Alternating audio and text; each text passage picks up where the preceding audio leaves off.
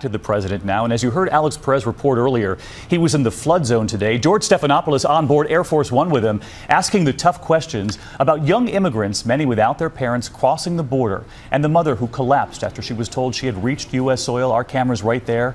Well, George Stephanopoulos, in his exclusive interview with the president, he asks, and the president offers a message to immigrants thinking about sending their children across our border.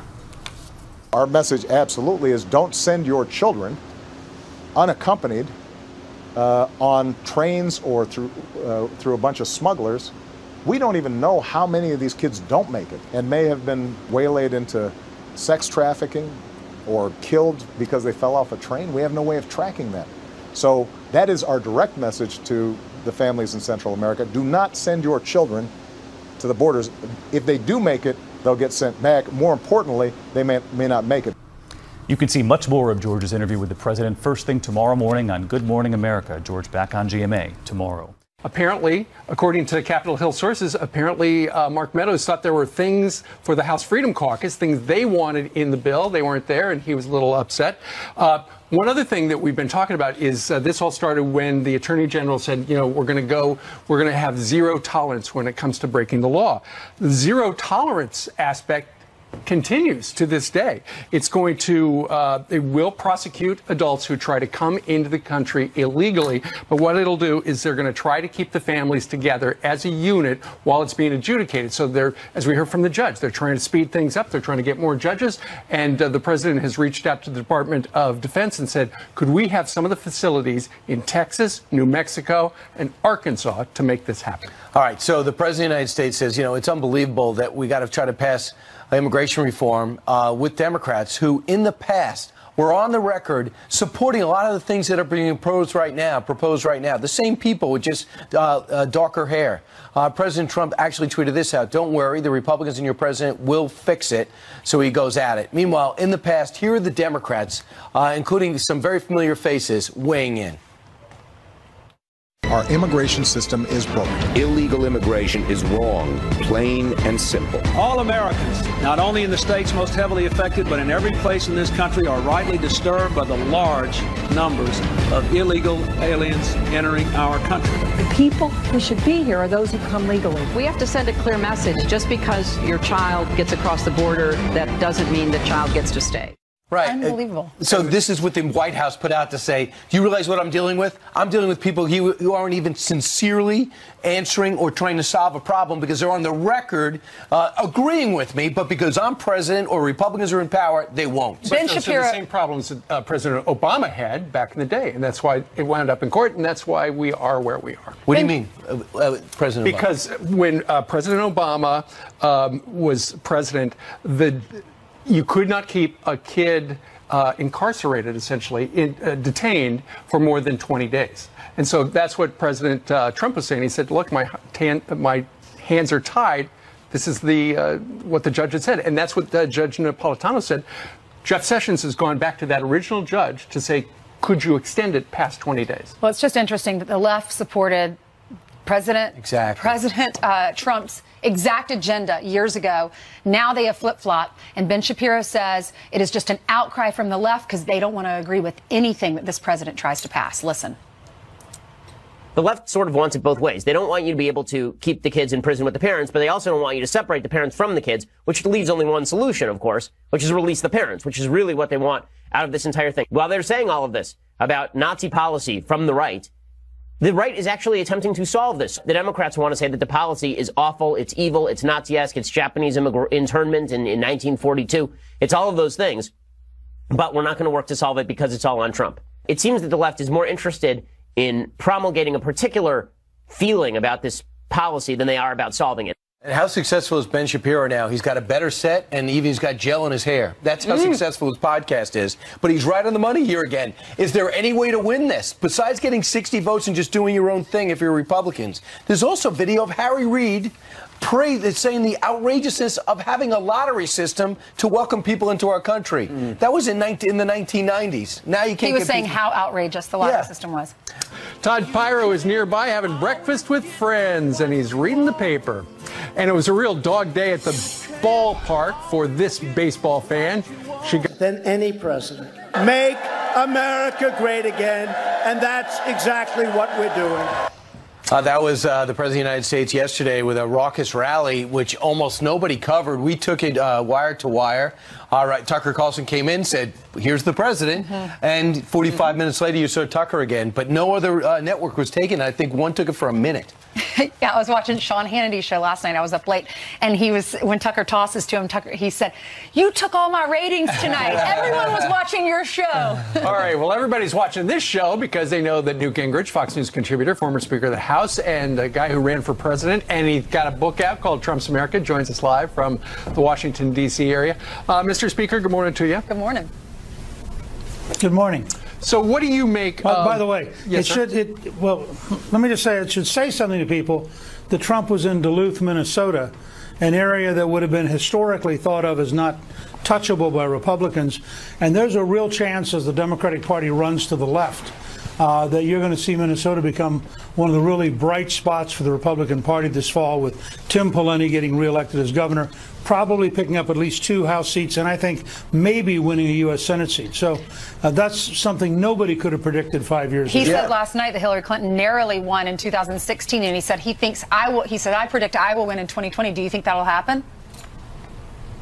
Yes, I think he'll win in 2020, and I think he'll have a Republican governor helping him, and I think he will have increased the Republican delegation. Right. There can't be a blue wave in this country if we're winning in Minnesota. Hey, Newt, let's just be clear about what's going on. Right. He felt a couple more visits, he would have had it last time. Mr. Speaker, you did point out that the optics on this whole immigration issue were terrible, that Ronald Reagan would have picked up the first time he saw a child crying on television. He would have acted. How much damage was done to the president through this, whether it was deserved or undeserved? Optics matter. What do you think? Look, I think it hurt him briefly. I think he figured out that there was not a sustainable policy. He signed an executive order. Oddly enough, the very Democrats who wanted him to act came back immediately and didn't like the fact that he acted. But the president has the right position, which is, yes, we want to keep children with their families, but we also want to control the border. The Democrats want to use the children as an excuse to go to an open border where tens of millions of people could flood into the U.S. Remember, there's been a huge increase because of the cartels and because of the Mexican government. There's been an enormous increase in the number of people coming out of Central America. And even the Obama administration had a zero-tolerance policy. And you can find quote after quote of the Obama administration leadership saying, we're not going to let people come across the border illegally. Right. And so the president signed the executive order, and what it does is it asks the attorney general to try to modify the court order. This is the same battle that the Obama administration fought and lost when they tried to jail families for more than 20 days. The judge said you just can't do that, and that's what brings us to today. And you just mentioned the former president and some of his quotes. We've got one from Facebook. This is President Obama. He wrote, "To watch those families broken apart in real time puts to us a very simple question. Are we a nation that accepts the cruelty of ripping children from their parents' arms, or are we a nation that values families and works to keep them together? Do we look away, or do we choose to see something of ourselves and our children?" I think he was talking about National Refugee Day there. But was he referring to this policy in particular? It came out on National Refugee Day.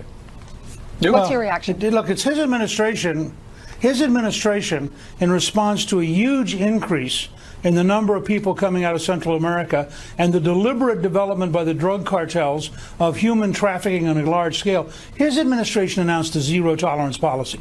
I mean, he should have talked to his Homeland Security secretary. So there's a certain amount of really remarkable hypocrisy on the left right now. And no indication, by the way, that Chuck Schumer, for example, the Democratic leader, has any interest in fixing the law to help these children. He just wants to attack. And by the way, the Democrats introduced a bill, and all of them co-sponsored it, so badly written that it will be a major liability in the campaign this fall, because it basically provides for open borders, and all of the Democrats up for re-election co-sponsored it. None of them will be able to defend it. But Newt, if something comes out of the House and moves to the Senate, and it has some sort of protection for the Dreamers, wouldn't that be hard for the Democrats not to vote for? No. The Democrats will say if it has the wall in it, we won't vote for it. Look, the level of dishonesty and the level of just brutal partisanship we're now living through is exactly what you get when you have this scale of change in the political structure. These were all Democrats who were prepared to work with Hillary Clinton, who are now prepared to fight literally all the way to the end against Donald Trump. No matter what Trump does, they're going to attack him for it.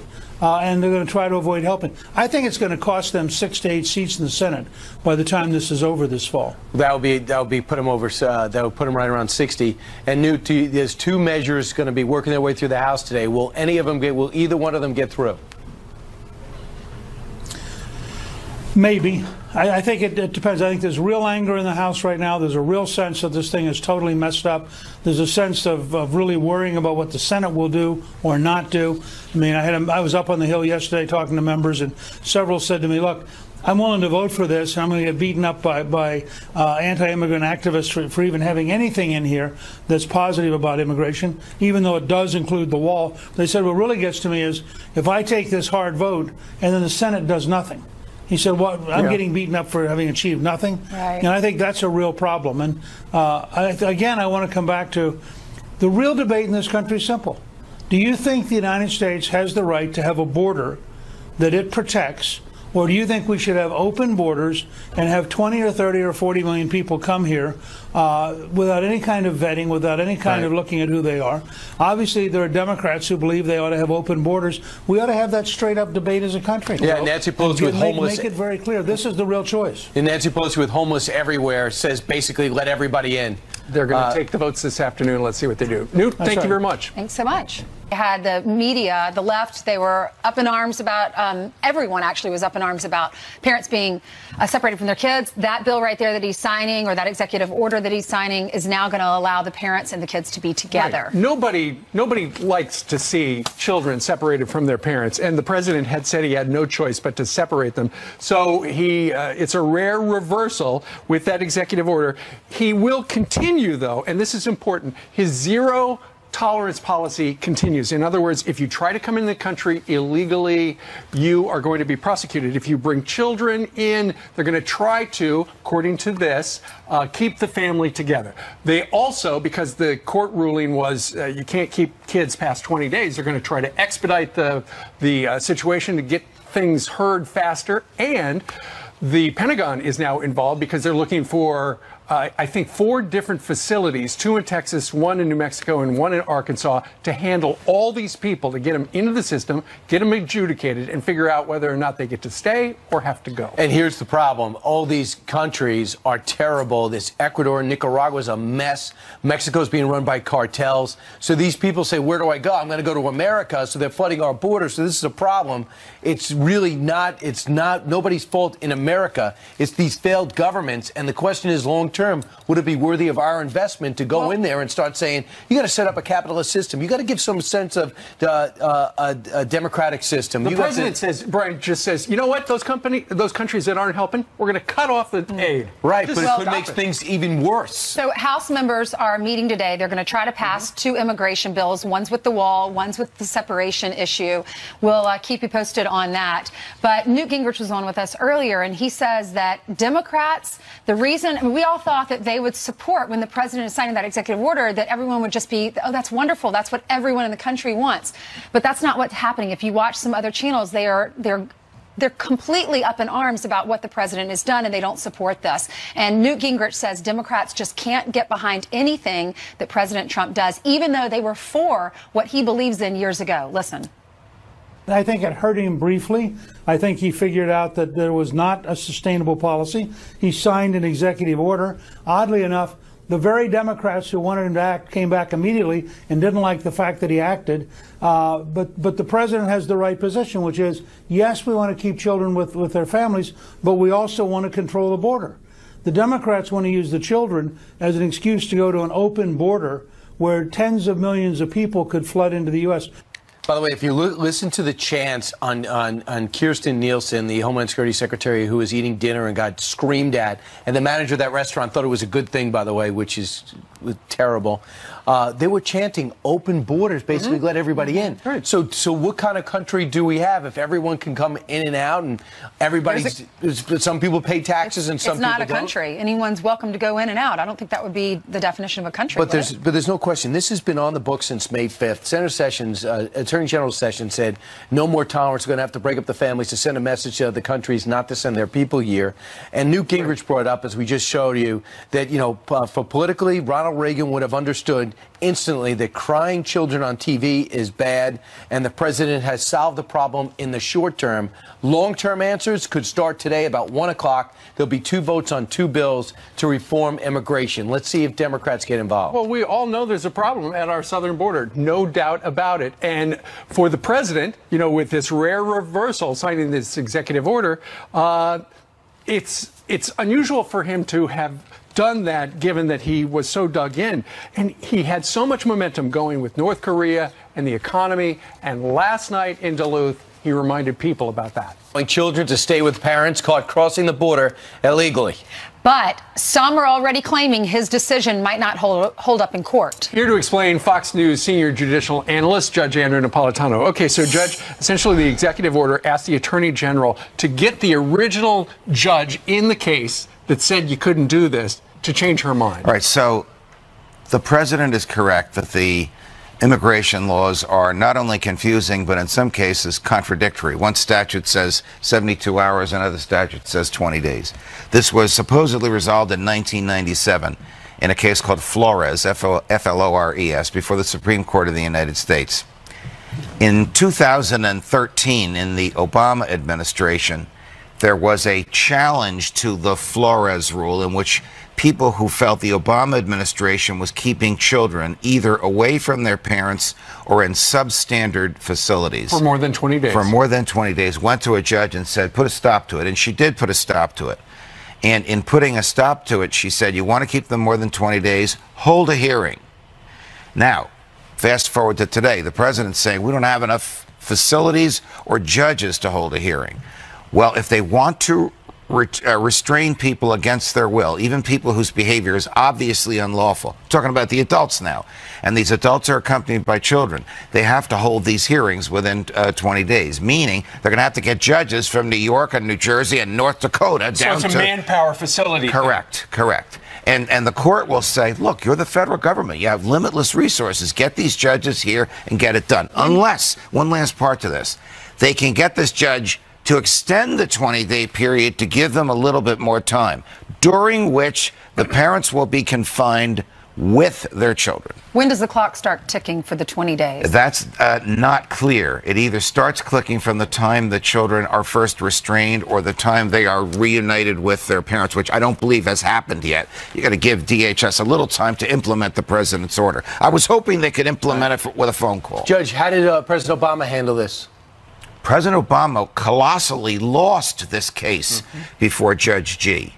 And President Obama was found, his DHS was found to be holding these children in woefully substandard facilities. I don't remember that news story. It was not publicized the way this one was, but in facilities that was harmful to their health and safety. Not government facilities, but outside facilities that the government had sent these children to. That's what Judge G's ruling essentially is. You cannot hold them in facilities that are harmful to them. So the ball is really, literally in her court. What if the facilities now aren't harmful to the children? You still can't hold them more than 20 days. So the answer is hold a hearing. Once you hold the hearing and a judge rules, you stay until we prosecute you. You go back to the country from which you came. So the president's off the hook. So the president have to have another executive order to flood the area with judges? He could do it with a phone call. Remember, these are not judges that sit in federal courthouses. These are administrative law judges that work for DHS. Gotcha. So Secretary Nielsen could do this with a phone call.